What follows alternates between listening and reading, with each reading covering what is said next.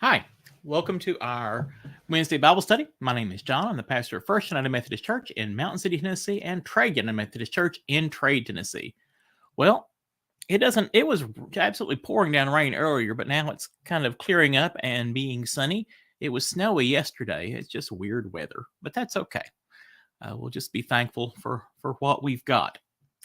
I want to share a mug with you today. This is a gift from Billy and Carla, friends of ours, and I think it's awesome. It's another Star Trek mug with the good old Sciences logo and the blue shirt. This is a Spock mug, and I think that's awesome. And the most awesomest part is it's a Spock mug, and the handle, it's got a pointed handle like ears. I just think that's awesome. That makes me so happy. And it actually makes a really, really good handle for gripping. So I really like that. So thanks, Billy. This is a really good mug. I'm enjoying this. Okay. So last week we talked about some structure of UMC and some of our foundational documents. We're going to do several bits on the United Methodist Church. Today we're talking about structure and accountability. And that is one of the hallmarks of the United Methodist Church. We are a connection. Now, that's the word Wesley used back in the 1700s. The people and the preachers in connection with Mr. Wesley was kind of like the official designation of the group called Methodists. And that's how we've kind of defined ourselves ever since. We are a connectional system. And that's a good thing. That means we help one another, that we're all in this together in a very real sense. Now, I know there's going to be some pushback. I know there's going to be some folks saying, but what about, and we'll deal with all of that. But let's talk a little bit about how the United Methodist Church is structured. I think it's interesting. Of course, I'm on the inside of it, but hopefully it'll make sense. So here at the local level, at First United Methodist of Mountain City and Trade United Methodist Church, we are what we are called local churches. We serve our communities. We are made up of members of the community. We are involved in local ministries, helping local people. And we're also involved in ministries around our region and around the world. And so that's a good thing. That's one of the reasons we say we're connected. We have avenues to help people literally all over the world. And that's a good thing. So our local churches are grouped together in districts. Every so often the districts have to get realigned for various reasons. We're part of the Three Rivers district based out of Johnston City. Our district superintendent is a wonderful pastor by the name of Laura Jo Cranford. We've got the utmost respect for her. She does a good job of leading us, and this is her final year in that role. And I'm honestly quite sad to see her go. She is going into private practice as a counselor and is going to do a fabulous job. So I wish her all the best, but I'm in a very selfish way.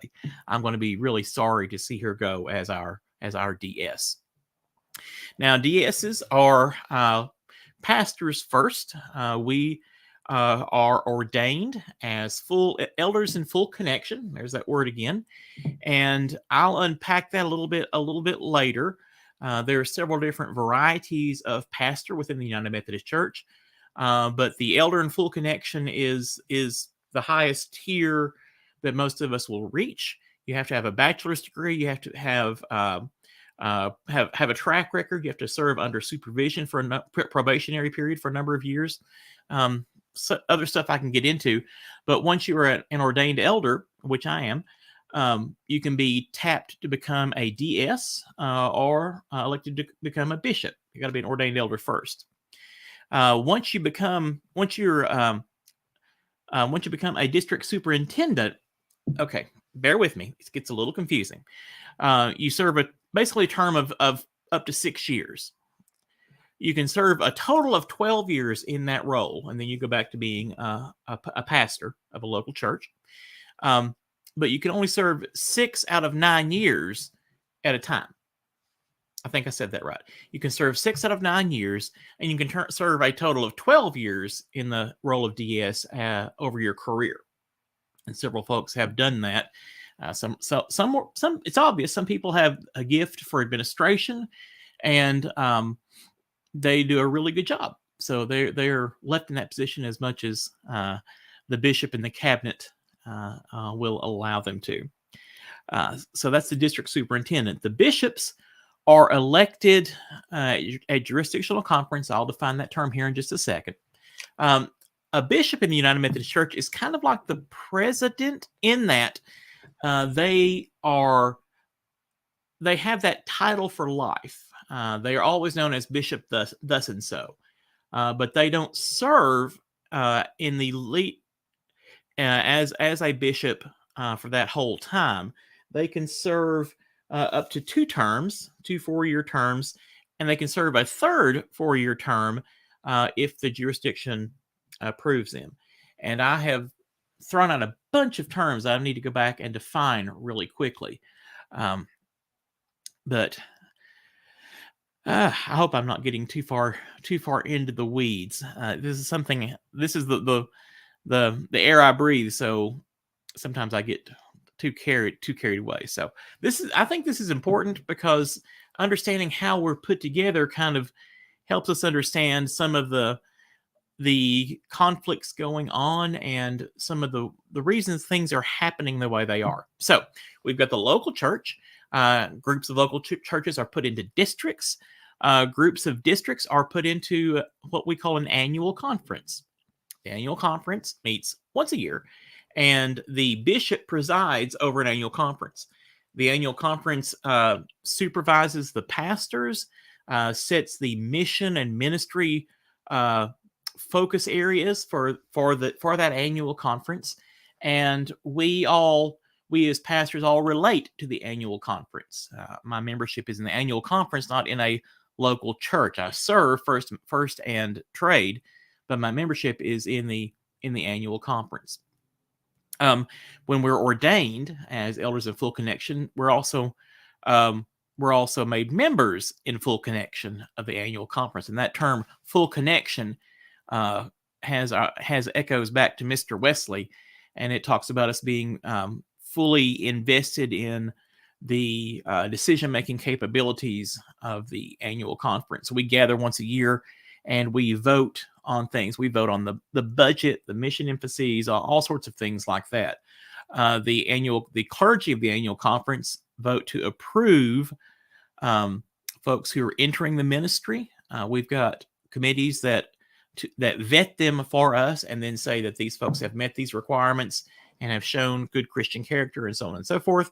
And then we as clergy vote to approve them or not. Most times we do, but there have been some times that we haven't. And so there is lots of interconnection and there's a lot of accountability. That's one of the reasons I like the United Methodist Church, that we are accountable to one another. I myself report to the district superintendent. She is a pastor to the pastors, but she's also a supervisor. That is a supervisory position. If there are problems or breaking of the rules, and there are rules that we have to follow, that the DS is the one who initiates that. And in the case that there are disciplinary requirements, disciplinary actions need to be taken, they're the one who implements that. So we've got local churches gathered into districts and districts gathered into annual conferences. And the annual conference is like the basic unit of United Methodism. Now, the annual conferences in a region of the U.S. gather in what is called the jurisdictional conference. We are first in trade in the Three Rivers District, part of the Holston Annual Conference, and we're part of the Southeastern Jurisdiction, Southeastern U.S., so Tennessee, Virginia, North Carolina, South Carolina, Georgia, Alabama, Mississippi, and Florida.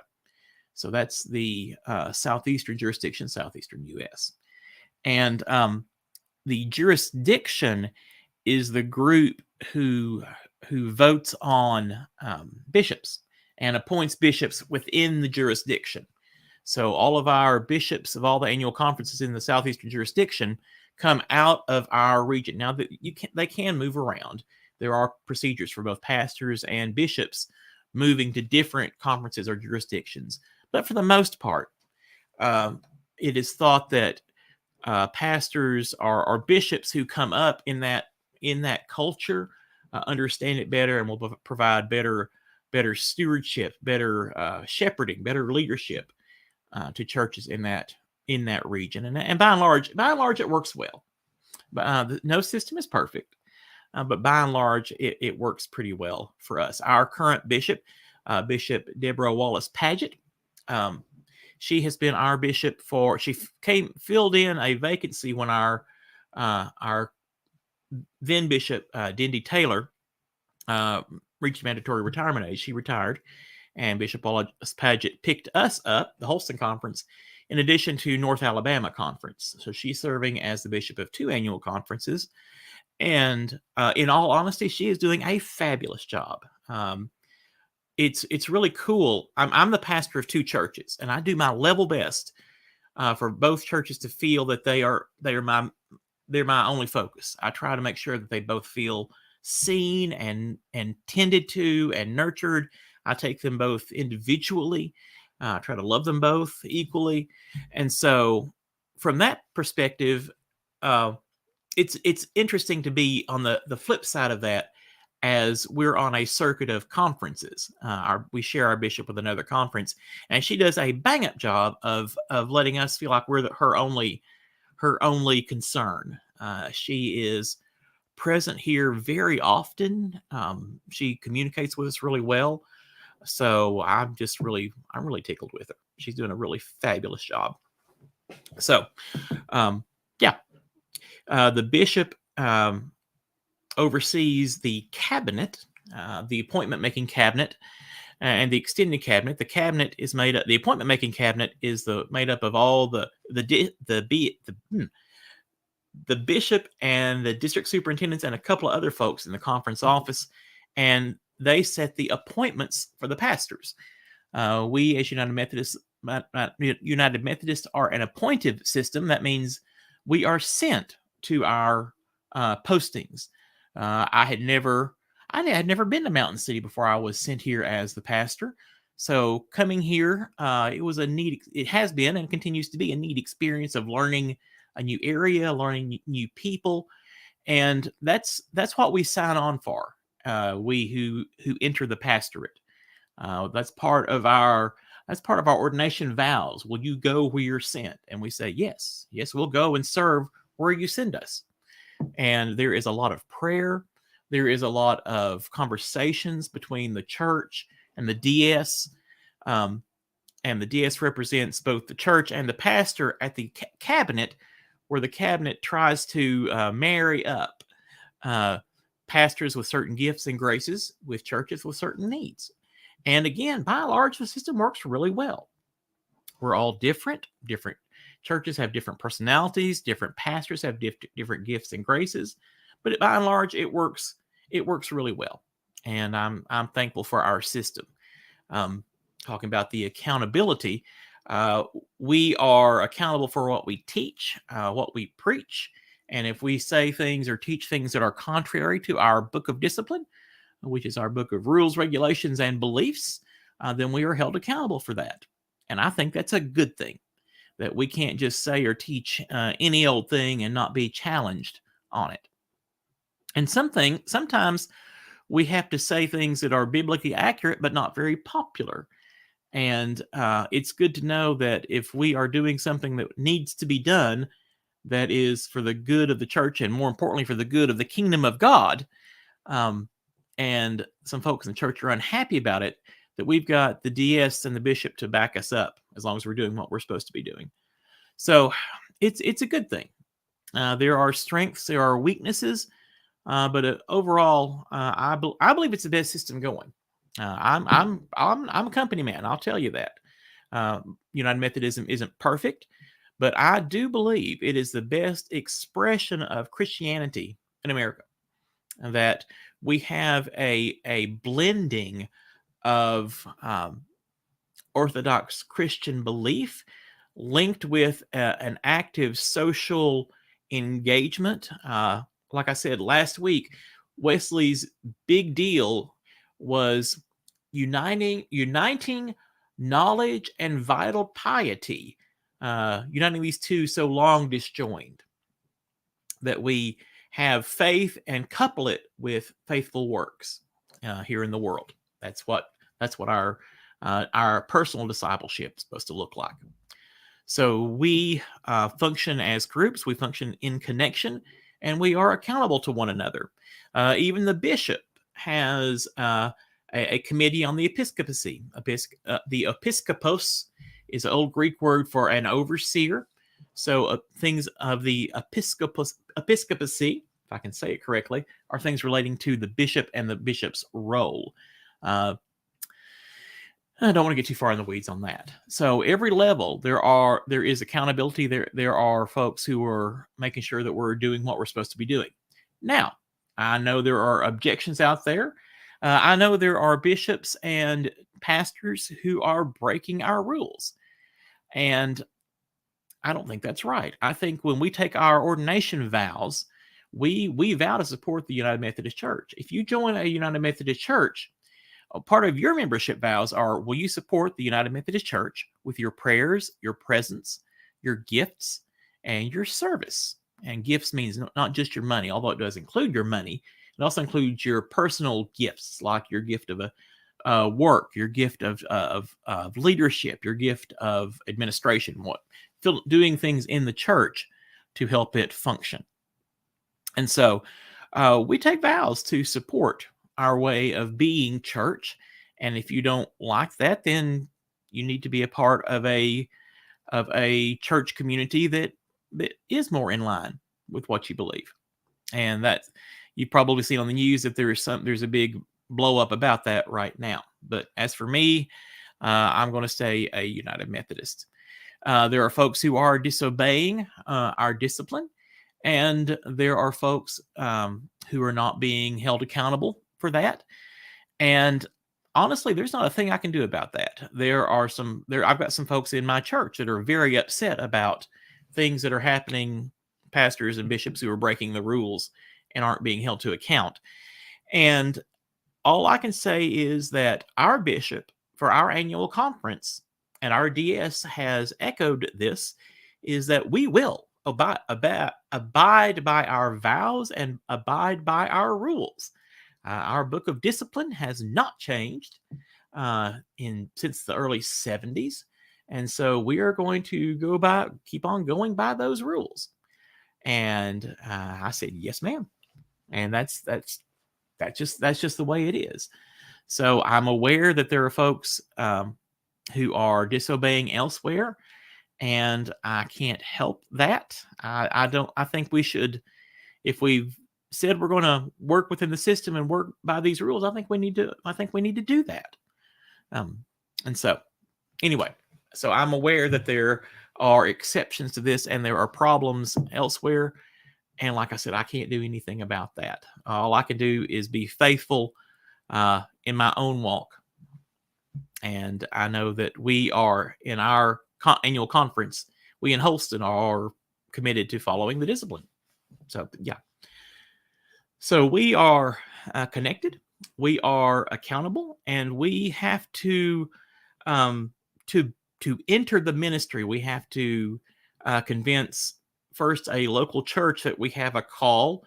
Then we have to work through a process, and it's a long process. It was a 12-year process for me from the time I started to the time I was ordained an elder, and that's not that uncommon.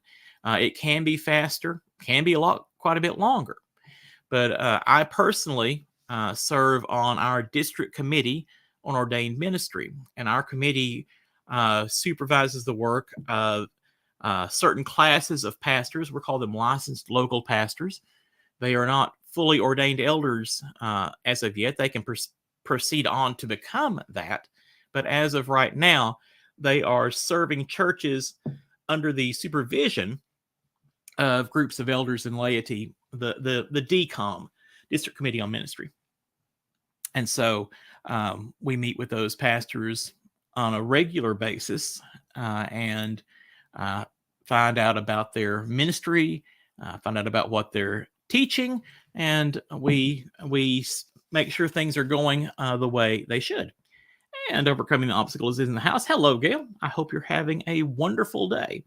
I'm just talking about our connectional system and the accountability that I think is a great strength of that system.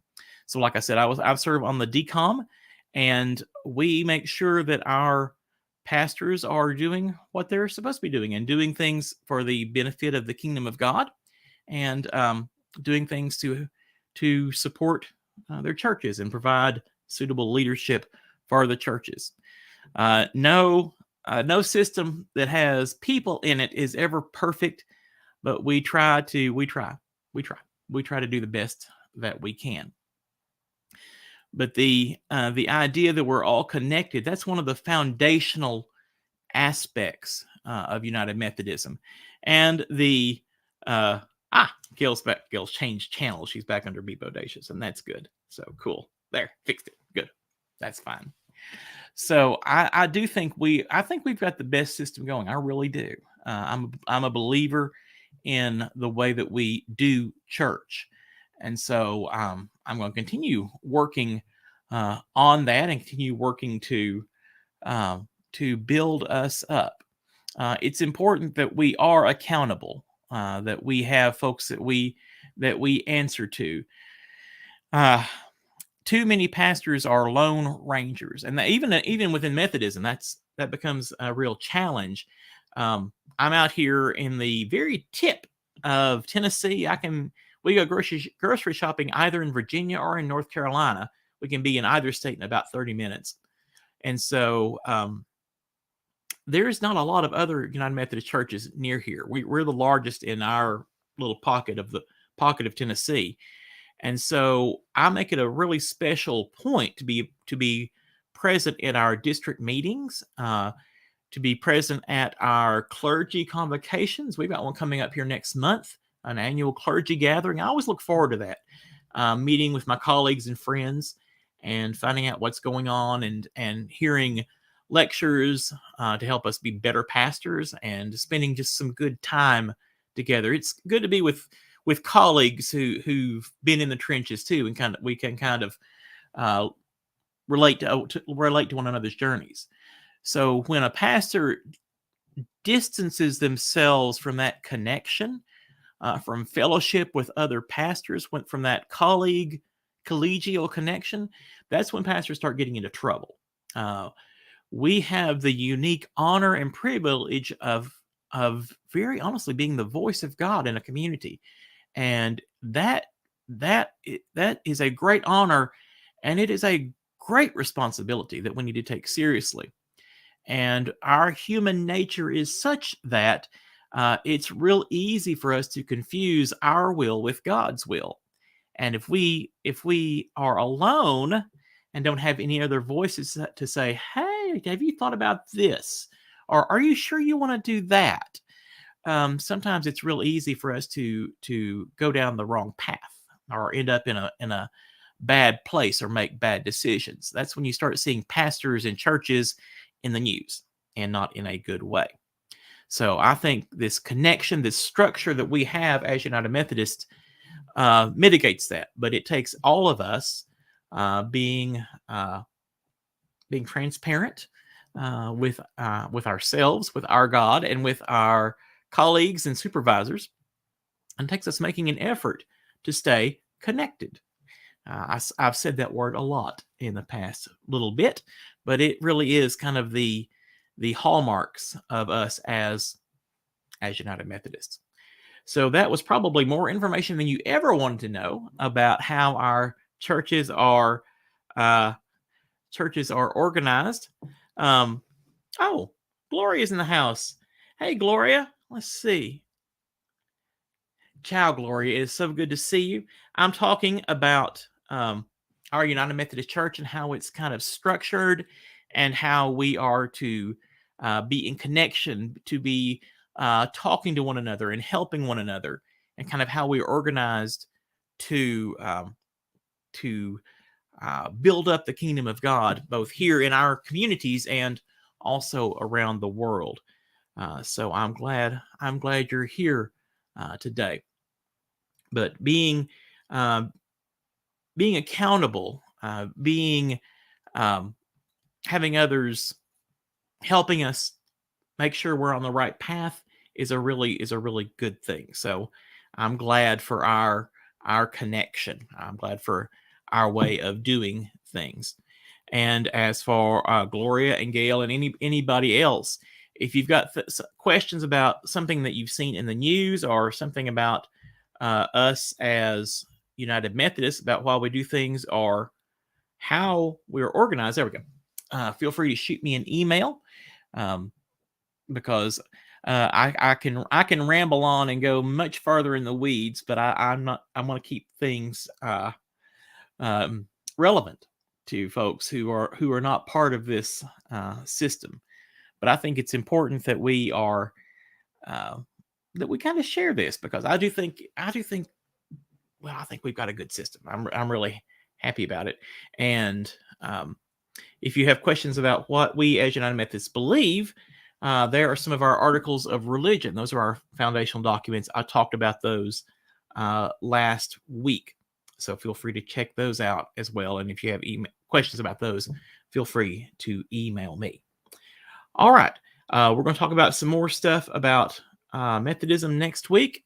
But as always, if you've got questions about Scripture, about God, about the United Methodist Church, about Christianity in general, feel free to shoot me an email, and we can talk more about that.